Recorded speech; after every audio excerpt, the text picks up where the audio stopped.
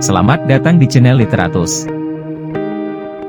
Inilah tanggapan dan kritikan ketiga pengacara hebat yakni Hotman Paris, Komarudin Simanjuntak, dan Oce Kaligis terhadap kasus kopi sianida yang penuh kejanggalan.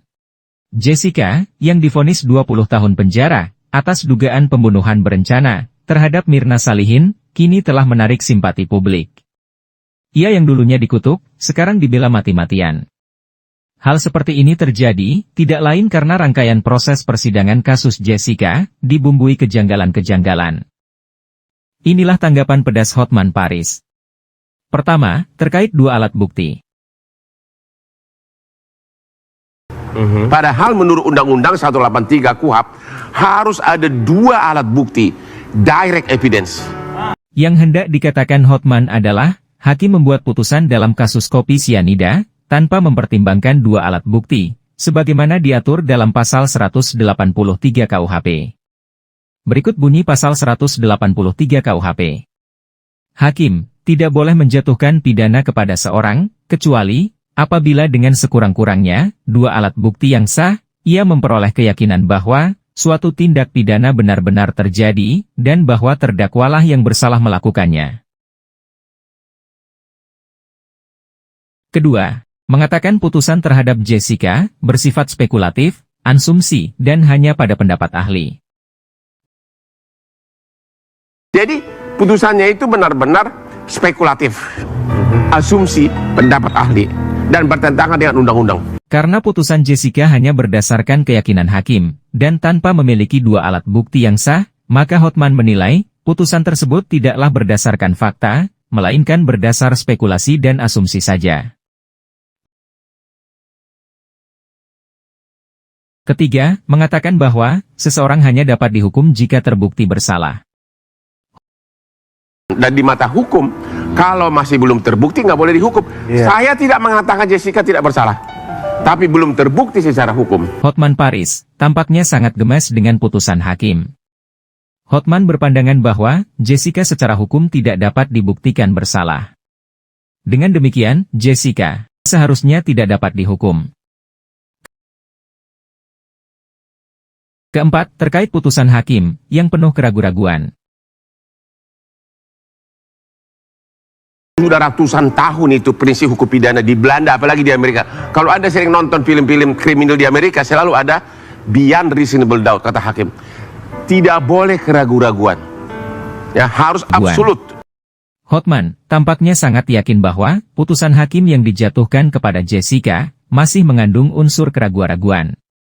Pertanyaannya ialah, di mana keraguannya? Jawabannya, ada pada pasal 340 KUHP tentang pembunuhan berencana. Menurut pasal 340 ini, hukuman atas pembunuhan berencana adalah hukuman mati, penjara seumur hidup, dan atau penjara selama 20 tahun. Secara hukum, putusan 20 tahun penjara memang atas dasar keraguan-raguan para hakim. Kelima, contoh kasus terpidana bebas, karena tidak adanya saksi langsung. Di sini juga disebutkan hanya ada satu saksi dan tidak ada dua alat bukti, kata hakim di sini. Bebas dia. Kalau ini diterapkan kepada Jessica, Jessica bebas. Hotman tampaknya sangat serius mendalami kasus Jessica. Tidak heran, ia mempertanyakan mengapa Jessica diperlakukan berbeda oleh pengadilan. Padahal, dari kasus-kasus yang kurang alat bukti, ataupun kurang saksi, biasanya diputus bebas. Keenam, mengatakan pendapat ahli dapat dibeli. Ya. Sama dalam kasus Jessica, yang berperan adalah pendapat psikiater. Padahal psikiater pendapatnya banyak yang bisa dibeli. Hotman secara terang menyampaikan kecurigaan publik selama ini, bahwasannya, para ahli yang memberikan keterangan dalam perkara-perkara, sebagian banyak dibayar oleh pihak yang menghadirkan mereka di persidangan. Padahal, etika pengetahuan mengatakan, keahlian dalam mengungkap kasus hukum, bagian dari tanggung jawab keilmuan. Ketujuh, mengatakan bahwa sikap seseorang tidak kemudian menjadi tanda bahwa ia seorang kriminal. Sifat penampilan seseorang belum tentu menggambarkan bahwa dia adalah kriminal. Pelaku. Ya. Oke. Hotman menekankan bahwa persidangan Jessica, yang putusan hakimnya, berdasarkan pendapat ahli, sangatlah tidak adil, karena ahli-ahli memberikan pandangan dengan merujuk pada gerak-gerik Jessica ketika berada di Cafe Olivier. Padahal, benar kata Hotman bahwa gerak-gerik atau penampilan seseorang tidak kemudian dapat dihakimi sebagai pelaku kriminal. Kedelapan, tanggapan terkait Edi Darmawan yang memiliki botol sianida. Halo bapaknya Mirna, lu pakai otak dong. Lu dari mana dapat botol itu, Mas? Mana mungkin botol itu dikasih oleh Jessica ke kamu? Insting, Bang. Pakai insting. Hotman Paris benar-benar menggunakan instingnya sebagai pengacara. Ia sangat cermat melihat aksi-aksi aneh binti ajaib dari Edi Darmawan, semisal menunjukkan botol sianida.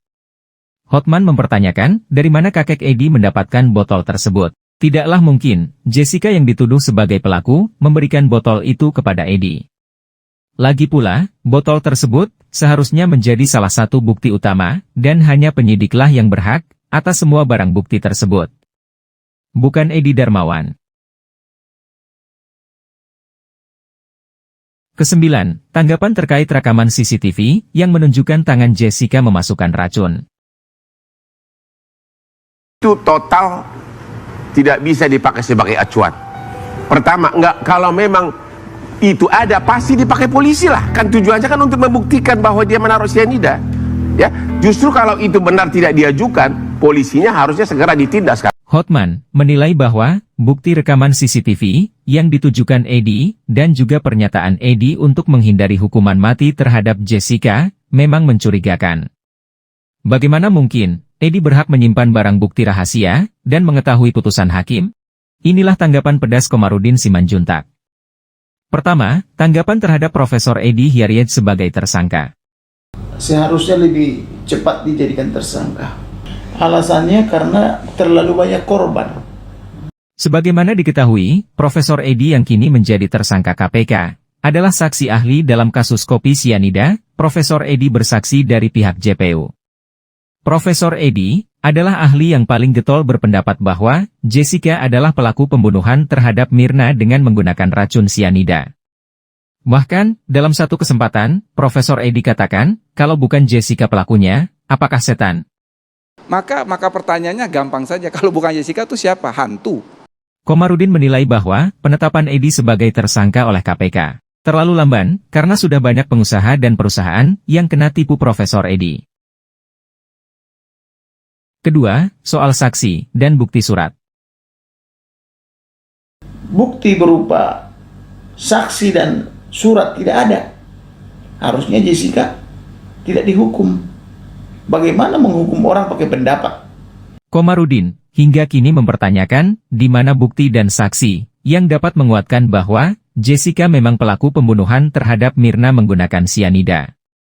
Ia bertanya, dari mana Jessica dapatkan sianida? Lalu, di mana surat pembelian sianida tersebut? Apa yang disampaikan Komarudin memang masuk akal secara logika pidana. Bagaimana kita tahu Jessica yang menaruh racun sianida kalau tidak ada saksi fakta, ataupun tidak adanya surat bukti pembelian sianida? Ketiga, soal pendapat bahwa Mirna mati karena sianida. Tidak ada tanda-tanda. Tidak ada tercium orang bau. Jadi ini pendapat orang itu mengatakan meninggal karena sianida. Masa sianida dibeli dari mana tidak tahu.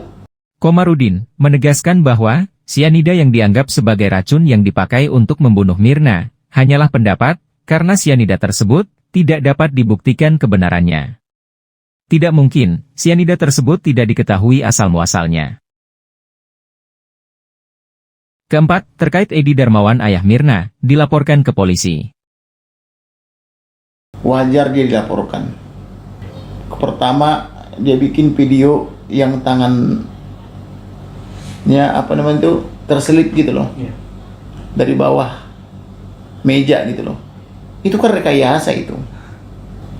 Selain itu, dia juga diduga bersekongkol dengan petinggi-petinggi kepolisian. Komarudin menilai Edi Darmawan wajar dilaporkan ke polisi. Ia menuturkan bahwa rekaman CCTV yang menunjukkan tangan Jessica memasukkan racun ke gelas Mirna adalah rekayasa. Komarudin juga menilai bahwa ayah Mirna wajib dilaporkan karena ia diduga bersekongkol dengan petinggi-petinggi Polri. Hal ini jelas terbukti dari pernyataan-pernyataan Edi Darmawan yang seringkali menyebutkan nama-nama petinggi Polri. Kelima, soal Hakim Binsar Gultom yang dilaporkan ke KY.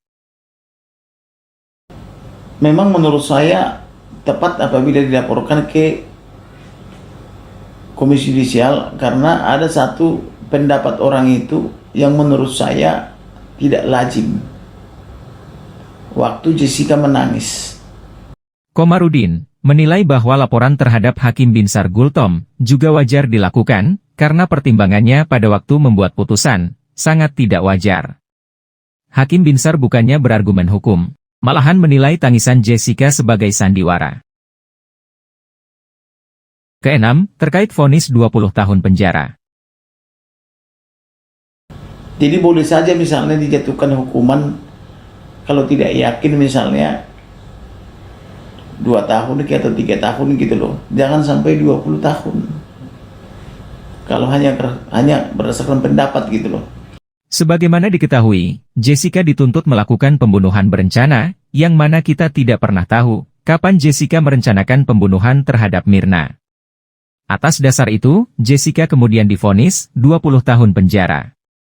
Komarudin menilai bahwa vonis 20 tahun terlalu berat, padahal dasar pertimbangan hakim hanyalah pendapat-pendapat ahli, bukan bukti fakta.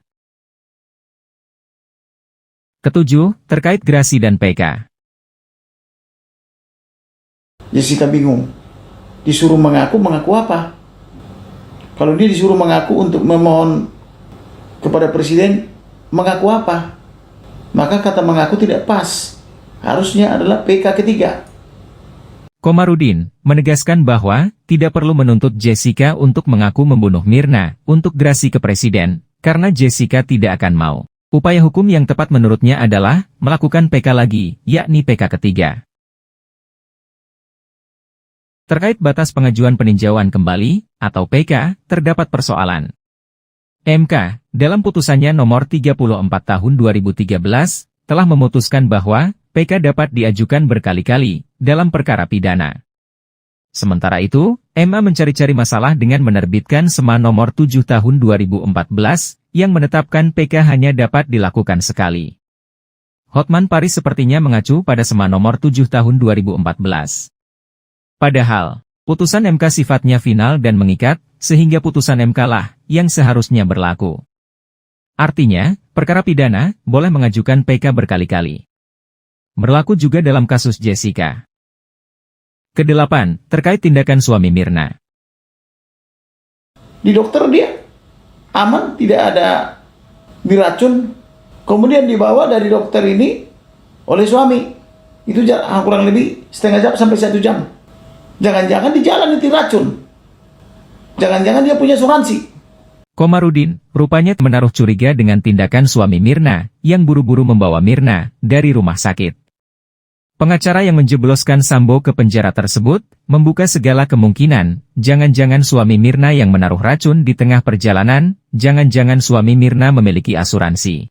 Inilah tanggapan pedas OC Kaligis. Pertama, soal hakim yang memaksa Jessica untuk mengakui saja.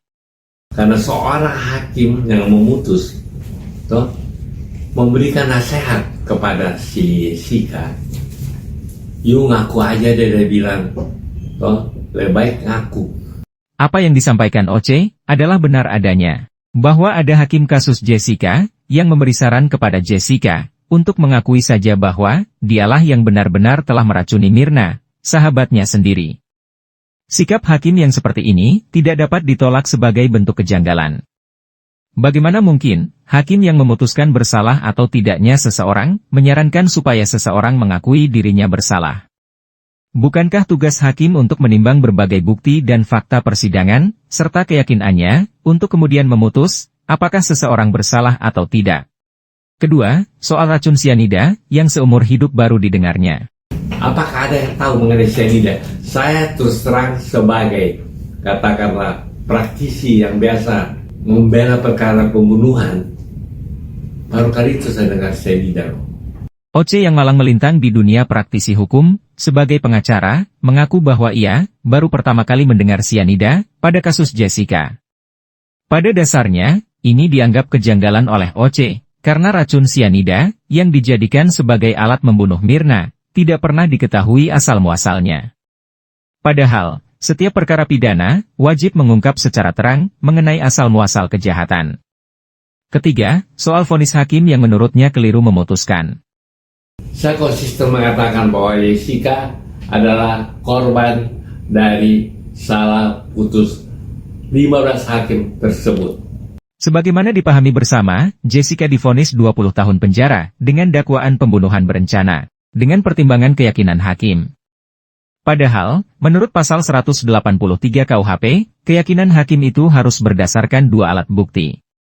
Pertanyaannya sekarang ialah, apa sajakah dua alat bukti yang dapat membuktikan bahwa Jessica memang pelaku pembunuhan? Hingga kini, tidak ada alat bukti yang pasti dalam kasus kematian Mirna. Kalau dikatakan CCTV itu alat buktinya, pertanyaannya ialah, di mana CCTV yang menunjukkan Jessica menaruh racun pada kopinya Mirna? Dengan demikian, dapat dibenarkan pandangan Oce Kaligis bahwa Jessica adalah korban salah putus para hakim. Keempat, soal riwayat penyakit Mirna. Adik saya sakit lambung, menyerang jantung, meninggal. Itu kenapa nggak pernah diselidiki di situ? Penyebab kematian Mirna hingga kini masih menjadi misteri. Meskipun, atas nama keyakinan, racun cyanida telah dijadikan penyebab, dengan Jessica dijadikan sebagai pelaku tunggal. Oce Kaligis, rupanya sepemahaman dengan pandangan sebagian besar publik, bahwasanya, jangan-jangan Mirna mati bukan karena cyanida, tetapi karena kematian wajar. Sebagaimana dipahami, riwayat penyakit Mirna tidak pernah dibahas dalam persidangan. Padahal, riwayat penyakit Mirna sangatlah penting untuk dijadikan sebagai bukti pembanding dalam kasus kematian misterius seperti ini. Kelima, soal dalih JPU yang mengatakan otopsi tidak perlu dilakukan secara menyeluruh. 1000 perkara selalu pembunuhan mulai dengan otopsi visum et repertum. Itu kan masuk pembuktian, Pak.